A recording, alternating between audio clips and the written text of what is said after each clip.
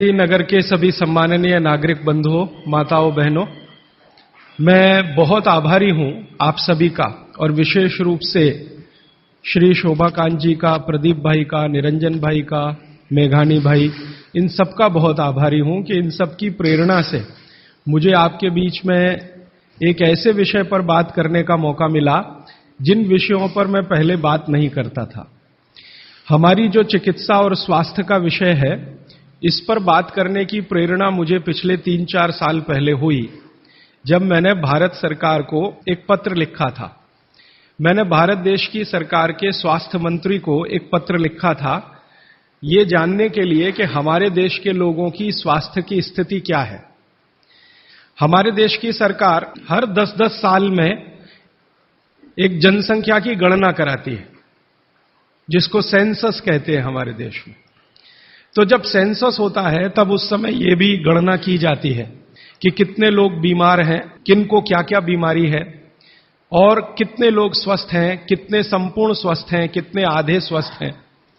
तो मैंने आज से लगभग 4 साल पहले एक पत्र लिखा था स्वास्थ्य मंत्री को और उसमें एक ही प्रश्न पूछा था कि भारत के लोगों की स्वास्थ्य की स्थिति क्या है।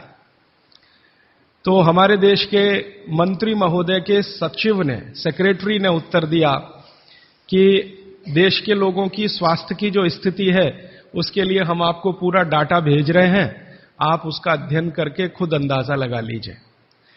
तो सरकार ने जो मुझको डाटा भेजा वो 1-2 पन्ने का नहीं था, वो काफी 600-700 पन्ने का मोटा सा एक पुलिंदा था।